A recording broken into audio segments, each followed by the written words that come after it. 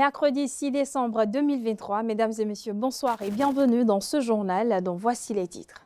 Le Conseil des ministres de cette semaine s'est intéressé au permis de construire et au permis de démolir en République du Bénin. Au cours de la séance présidée comme à l'accoutumée par le président Patrice Talon, plusieurs autres décisions ont été prises pour plus de performance et de modernité. On en parle dans ce 19h. Le Fa est un art divinatoire pratiqué traditionnellement par les populations du golfe du Bénin. Pourquoi consultons le Fa à l'orée d'une nouvelle année? Pourquoi des consultations départementales et nationales sont-elles faites? Élément de réponse dans ce journal.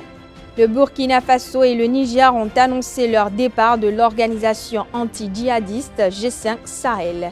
Vous suivrez dans un instant Adé Aïndé Bada, analyste et consultant, qui a exposé au micro d'une de nos équipes de reportage les enjeux géopolitiques de cette situation.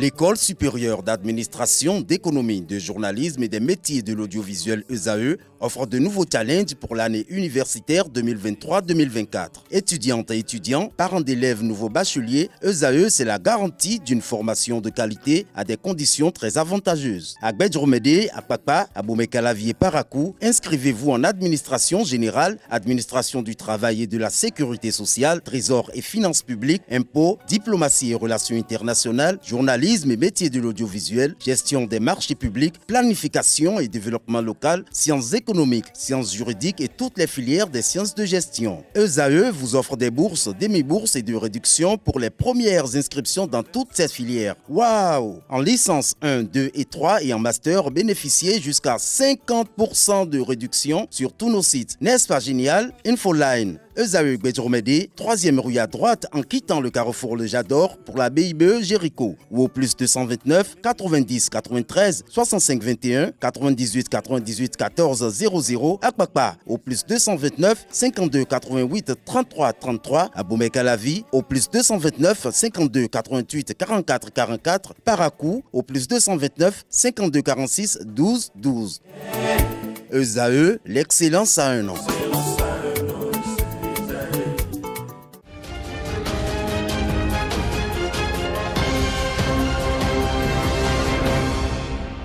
À nouveau, bonsoir, ravi de vous retrouver et bienvenue si vous nous rejoignez. Les membres du gouvernement béninois ont tenu ce mercredi 6 décembre 2023 la session hebdomadaire du Conseil des ministres. Présidée par le chef de l'État, chef du gouvernement et président de la République Patrice Talon, d'importantes décisions ont été prises. À ce propos, je vous invite à suivre le point du porte-parole du gouvernement, Wilfried Léandre Ngwedji. S'agissant des mesures normatives, il a été adopté, au titre de ces mesures, les décrets d'application de la loi numéro 2021-01 du 3 février 2021 sur la biosécurité en République du Bénin, ainsi que ceux portant réglementation du permis de construire et du permis de démolir en République du Bénin, intégration dans le corps de la magistrature de 85 auditeurs de justice. S'agissant des communications, en point 1, mesures incitatives pour l'amélioration des conditions et modalités d'accès au financement du Fonds national de développement agricole, FNDA, au profit des exploitants et des petites et moyennes entreprises agricoles. Le principal objectif du FNDA est de favoriser la promotion des filières agricoles en facilitant l'accès au financement pour inciter l'investissement privé dans le secteur à travers des subventions ciblées et des instruments financiers adaptés dans la perspective d'une meilleure exploitation du potentiel agricole national, l'amélioration des revenus tirés de l'agriculture ainsi que la sécurité alimentaire. À cet égard, des mesures incitatives avaient déjà été mises en place. Elles ont donné lieu jusqu'ici à 396 engagements du Fonds pour un montant de 16 milliards 944 millions 226 301 francs CFA au profit de 1541 promoteurs, dont 339 engagements du guichet accès aux services financiers pour un montant de 14 milliards 600 millions 306 301 francs CFA en faveur de 1484 projets garantis, bonifiés ou refinancés. De plus, les facilités accordées au niveau de ce guichet ont permis de lever un financement total de 61 milliards 59 millions 267 638 francs CFA auprès des systèmes financiers décentralisés SFD et des banques partenaires du FNDA sous forme de crédits agricoles. L'agriculture étant l'un des principaux piliers porteurs de croissance, il s'avère important de renforcer les mesures incitatives par un mécanisme allégé et attractif en vue de réduire plus notablement la pauvreté en levant les difficultés qui limitent encore le bénéfice des facilités offertes. Il s'agit, entre autres, du faible engagement dans la mise en œuvre du mécanisme de financement institué par le FNDA, conséquence de la non-maîtrise des chaînes de valeurs agricoles par certaines institutions financières, de l'inéligibilité de la garantie proposée par le FNDA par rapport au dispositif prudentiel en vigueur au sein de l'Union économique et monétaire ouest-africaine, des difficultés des micro, petites et moyennes entreprises, MPME, dans leur majorité, à répondre aux conditions de crédit des banques, qualité des dossiers, garanties complémentaires et contreparties financières, etc. C'est pourquoi, en vue de relever substantiellement le niveau de performance du fonds, le Conseil a approuvé une nouvelle mesure incitative consistant à ramener le taux de refinancement du FNDA au SFD méritant à 0% contre 2% jusque-là pour la mise en place de crédits au profit des exploitants et MPME agricoles à un taux d'intérêt maximum de 12% l'an dégressif. Cette mesure destinée à soulager les promoteurs agricoles consiste en la rétrocession, in fine, des intérêts de 2% l'an qui seront payés après remboursement du refinancement octroyé par le FNDA. Ces facilités devraient se traduire par un meilleur engouement des SFD pour le mécanisme. À cet effet, l'éligibilité est conditionnée par deux indicateurs de performance, à savoir un niveau de tirage de la ligne de refinancement supérieur ou égal à 70% et un taux de remboursement de 100% des tirages effectués, conformément au tableau d'amortissement de chaque tirage. En cas d'impayé, la mesure de rétrocession des intérêts perçus s'estompe pour le tirage concerné. Par ailleurs, les facilités concernent également la mise en place d'un appui financier sur 2 ans aux fins de prendre en compte une partie des charges salariales du personnel, 75% la première année et 50% la deuxième année, donc du personnel complémentaire, chargé de dynamiser l'intervention des SFD en vue d'un meilleur accès au financement des exploitants agricoles. La finalité d'une telle mesure est le renforcement du dispositif opérationnel de terrain, sensibilisation, enregistrement et instruction des demandes de crédit, ainsi que suivi post-financement de proximité.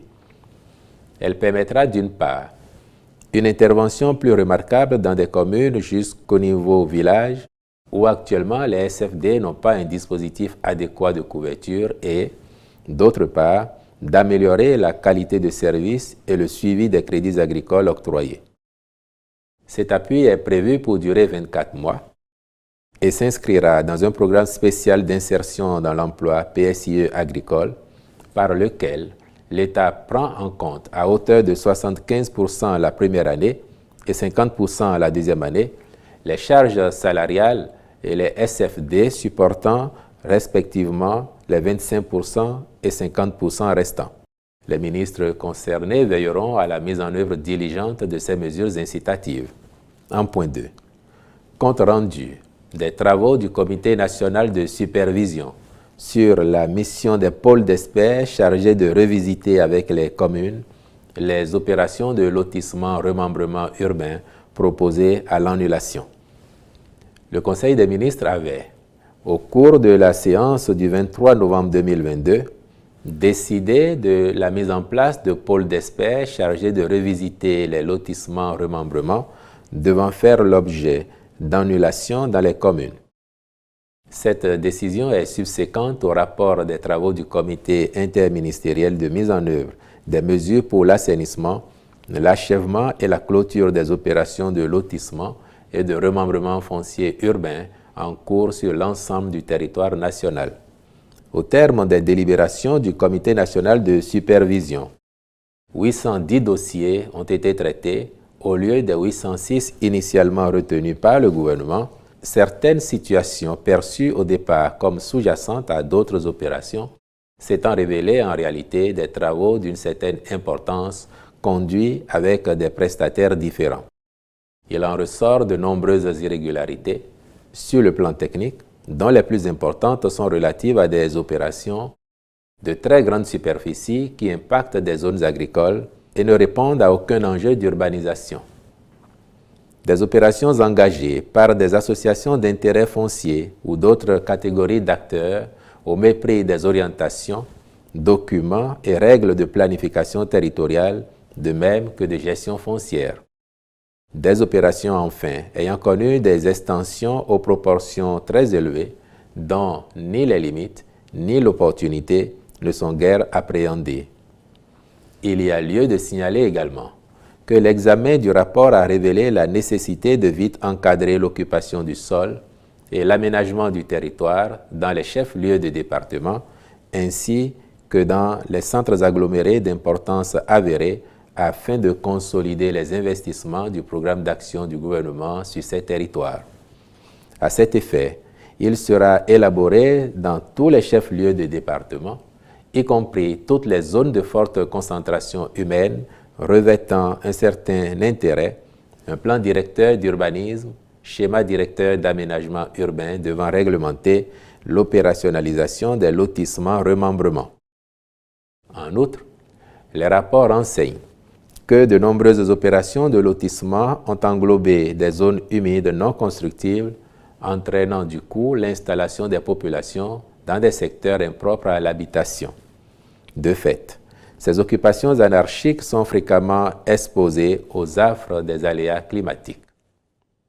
Les dites zones n'étant pas clairement identifiées et délimitées, elles se retrouvent dans certains périmètres de lotissement remembrement urbain au mépris des tests en vigueur. Il en est également des servitudes réglementaires à dégager pour ces zones humides mais qui, à défaut d'être définies, sont malheureusement morcelées à des fins de recasement des populations.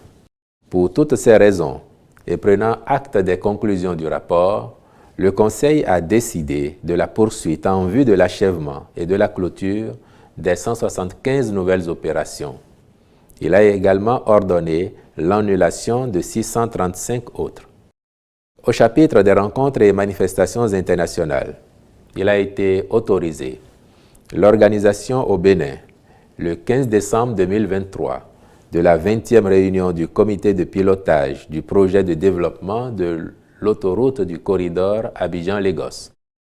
La participation du Bénin au 4e Forum africain de haut niveau pour les femmes, la paix et la sécurité, les 13 et 14 décembre 2023 à Addis Abeba, en Éthiopie, à la 35e session ordinaire du Conseil des ministres de tutelle de la Conférence internationale de la prévoyance sociale du 13 au 15 décembre 2023 à Ouagadougou, au Burkina Faso. Enfin, au chapitre des mesures individuelles, les nominations ci-après ont été prononcées au ministère des enseignements secondaires, techniques et de la formation professionnelle. Conseil technique juridique, Madame Edith Amou Agbele-Sechi. Conseil technique chargé du suivi des réformes et projets, Monsieur Mathias Afomaï. Conseil technique à l'enseignement technique, la formation professionnelle et aux alternatives éducatives, Monsieur Jean-Pierre Bioyara. Conseil technique à l'enseignement secondaire général, Monsieur Gabriel Copieri. Conseil technique aux affaires administratives et sociales, Monsieur Arnaud Baguidi. Je vous remercie. Invité sur l'émission L'invité matinal de ESAE Télévision ce mercredi 6 décembre 2023, le professeur prêtre du FA et président du CONASEB, David Kofiaza, a apporté des clarifications sur ce que c'est que le FA, ses consultations et ses différents intérêts. À ce propos, je vous invite à suivre un extrait de son argumentaire au micro de Kader Achiro. Le FA, on peut mieux le comprendre en décryptant son étymologie parce que le nom même c'est Fakhlun. Fakhlun qui veut dire l'avenir, le sort, l'augure. Le Fa chez nous c'est un art qui permet de décrypter l'avenir. Beaucoup l'assimilent également à la science, qui estime que c'est une science liée à la futurologie. Il est évident qu'il en est un aussi. C'est une science liée à la futurologie qui permet de savoir demain de quoi sera fait. Et par rapport à un individu également, en matière d'initiation, le Fa permet de savoir sur quel signe l'individu est né et qu'est-ce que l'individu doit faire dans sa vie, quels sont les divers astres qui vont jalonner le cours de sa vie, les prédictions bons ou mauvais, sa vie sentimentale, sa vie sanitaire, sa vie sociale, sa vie professionnelle, sa vie économique. En un mot, on a une vue globale sur sa vie et ce, dans tous les domaines de son être-té. Alors, lorsqu'on parle du Fa, on parle de ces consultations, on parle de l'intérêt des dites consultations du Fa. Lorsque vous allez à la consultation du Fa, par exemple, et que le Fa vous révèle des choses et qu'il y a des offrandes qui se révèlent, est-ce que la non-effectivité de cette offrande-là peut avoir des travers sur soi-même? Exactement, parce qu'on dit chez nous, comment ça vient, mon. C'est Aovi qui est comme ça. C'est-à-dire que savoir ce qui va se passer et ne prendre aucune disposition, c'est ça qui est le danger, au fait. Aovi dont on parle ici, au fait, c'est le danger. C'est mal de stigmatiser. Le danger. Donc, c'est ce qui est négatif. Parce que, une fois que vous savez que vous ne prenez aucune disposition, quand ça va se passer, c'est que ça se passe avec plus d'ampleur, au fait. Puis dans la conscience collective, c'est qu'on sait déjà que ça va arriver. Et il n'y a aucune disposition qui soit prise pour ça. Donc, ça peut être le vrai danger, en quelque sorte. Donc, maintenant, le faire, il peut y avoir des fois où vous allez voir le danger venir, vous allez beau faire tous les sacrifices. Si c'est une volonté du destin, on n'y peut rien. Même le meilleur Bokoron du monde ne peut rien contre la volonté de Dieu. La cérémonie du lancement officiel de la signature de contrats de travail par les bénéficiaires du programme de perfectionnement, de reconversion et de requalification des demandeurs d'emploi s'est déroulée hier mardi 5 décembre 2023 dans un hôtel de la place. C'était en présence du directeur général de l'ANPE, de quelques honorables députés et d'une délégation de Zélus. Le point dans ce reportage signé Anaël Dohou et Nansérine Fatoumbi. Je déclare lancer la signature de contrat de travail par les bénéficiaires du programme de perfectionnement, de reconversion et de requalification des demandeurs d'emploi. Ils sont au total 11 jeunes béninois à décrocher un contrat de travail dans des entreprises américaines grâce au programme de perfectionnement, de reconversion et de requalification des demandeurs d'emploi de l'Agence nationale pour l'emploi en partenariat avec Zélus. Une première phase de signature de contrat qui précède plusieurs autres. Nous n'avons que commencé. Nous avons la signature de 11. Nous espérons en faire la signature de 200 avant la fin de l'année. Et l'année prochaine, nous comptons travailler sur mettre 11 800 l'année prochaine jusqu'à 500 000 les 4 prochaines années. Nous travaillons à mettre en relation 500 000 diplômés des universités du Bénin en relation avec l'emploi à l'international. Pour les autorités béninoises, cette concrétisation du programme est le fruit du travail acharné des bénéficiaires qu'ils saluent. Nous sommes persuadés que vous allez mettre tout votre engagement, toute votre connaissance, tout ce que vous avez en vous pour passer avec succès les interviews et décrocher également les contrats. Moi, je veux 200 sur 200. Travailler bien, montrer que les Béninois sont sérieux, de manière à ce que toutes les entreprises américaines, lorsqu'ils demandent du personnel en Afrique, ils ne citent que le Bénin. Ce sera grâce à vous. Les premiers qui vont décrocher les contrats, si vous le faites bien, vous montrez votre sérieux, votre capacité à la résilience, à l'adaptation, à fournir les résultats, à l'efficacité. Si vous le faites, vous allez faire en sorte que des milliers, des millions de Béninois pourront être préférés à d'autres nationalités. Et je voudrais compter sur vous pour pouvoir, surtout les premiers, démontrer que les entreprises ne se sont pas trompées en vous choisissant. Depuis le Bénin, ces jeunes vont servir dans des entreprises américaines pour valoriser le talent béninois, une tâche pour laquelle ils sont très enthousiastes. Je suis très heureuse et satisfaite de ce parcours que nous avons effectué depuis des mois déjà. C'est vrai, ça n'a pas été facile et il fallait relever à chaque fois des défis. Et si je suis ici aujourd'hui, je me sens vraiment fière du travail que j'ai pu effectuer aussi avec mes collègues qui ont été sélectionnés. Nous nous rendons compte que nous n'avons pas tout fini, qu'il y a vraiment un grand défi qu'il faut relever. Et je pense qu'avec les autres aussi, nous sommes vraiment aptes à pouvoir aller jusqu'au bout, montrer que les jeunes béninois sont capables d'aller très loin et ne pas décourager la nation et de par notre travail également, inciter les jeunes qui sont derrière nous à prendre des exemples et à aller aussi de l'avant. La NPE et Zelus entendent travailler davantage pour que ce programme impacte les 500 000 jeunes d'ici l'horizon 2025. Cette édition se poursuit. L'Institut des artisans de justice et de paix, Chant d'Oiseau de Cotonou, a organisé son symposium annuel basé sur le thème « Droits socio-économiques en démocratie et respect du bien public ».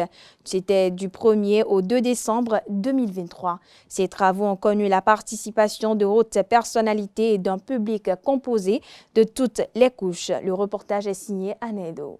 Droits socio-économiques en démocratie et respect du bien public. C'est le terme du symposium annuel de l'Institut des artisans de justice et de paix, Chant d'Oiseau, IAJPCO. Fidèle à son engagement d'œuvrer pour la démocratie et la consolidation de la paix au Bénin, l'IAJPCO a instauré cette activité pour nourrir davantage les réflexions pour un développement et une démocratie durable dans le respect des biens publics. Ceci vient boucler plusieurs mois de travaux. La marche engagée par l'IAJPCO arrive inexorablement à destination après avoir cherché durant 9 mois, le temps de la maturité de la naissance, à promouvoir une démocratie au service du développement dans le respect des droits humains et la consolidation de la paix.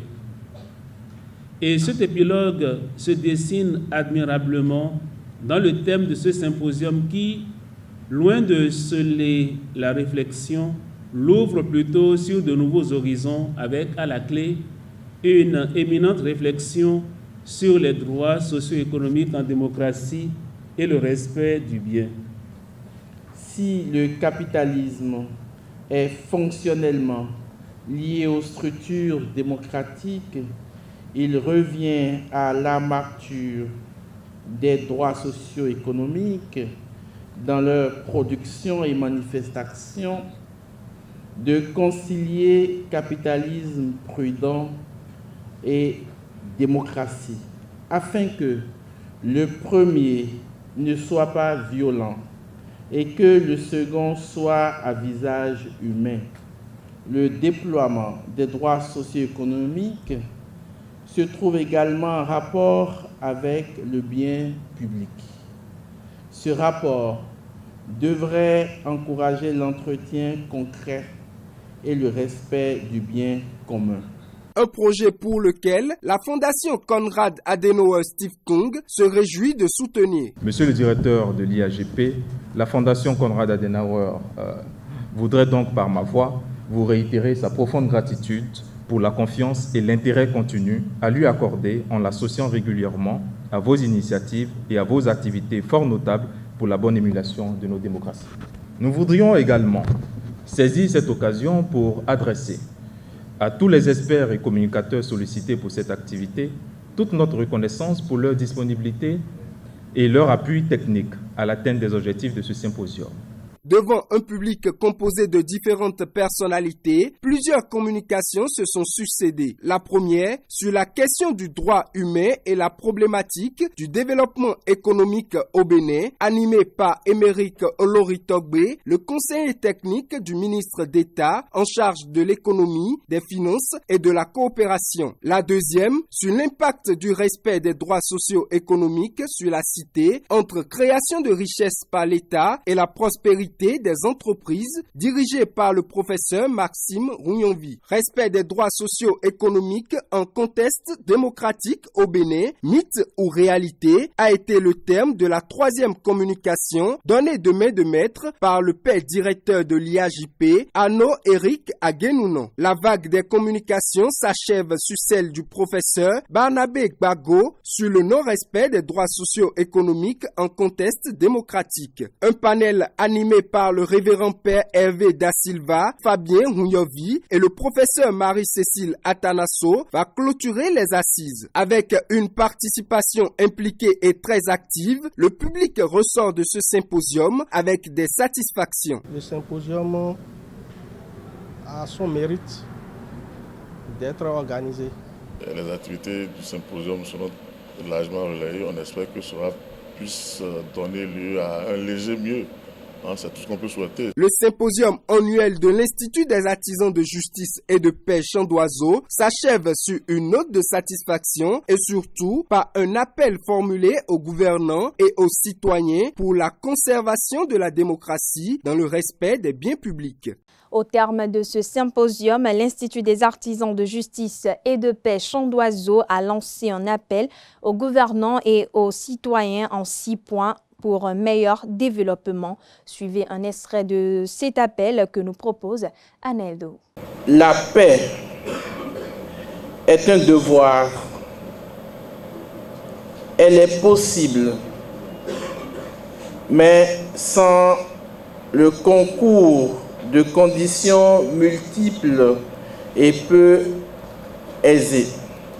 Cette assertion du pape Paul VI dans son message pour la journée de la paix de l'an 1977 résonne encore aujourd'hui dans nos cœurs. Ce symposium, mis sous le couvert des droits socio-économiques en démocratie et respect du bien public, est un chemin adéquat pour atteindre la paix, elle-même condition sine qua non pour le développement intégral. Au terme de ces précieuses heures consacrées aux différentes conférences, débats et différents échanges en panel, nous laissons déborder de nos cœurs ces exhortations à tous et à chacun afin que notre pays, le Bénin, puisse continuer rigoureusement sa marche de développement intégral.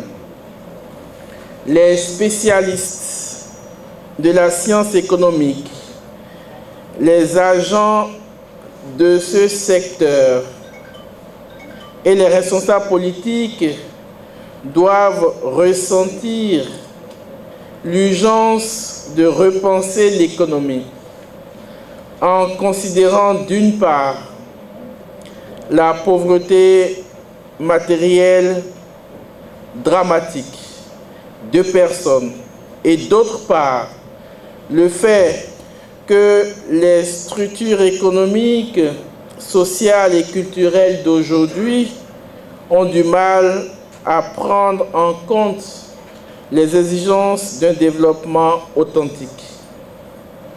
Les exigences légitimes de l'efficacité économique devront être mieux harmonisées avec celles de la participation politique et de la justice sociale. Concrètement, cela signifie imprégner de solidarité les réseaux des interdépendances économiques, politiques et sociales que tendent à accroître les processus de mondialisation en cours. Pour y arriver, il faut un maximum requis comme but à atteindre avec la rigueur de l'éducation. Au-delà des avancées qui s'inscrivent dans le champ du minimum requis, le grand défi qui est le nôtre aujourd'hui se situe sur deux axes fondamentaux, le social et l'économique. Et au fondement de tout ceci se trouve l'homme. Cet appel s'articule autour de quelques points. Retrouvez l'intégralité de l'appel de l'Institut des artisans de justice et de paix, Chant d'oiseaux, sur nos différents canaux.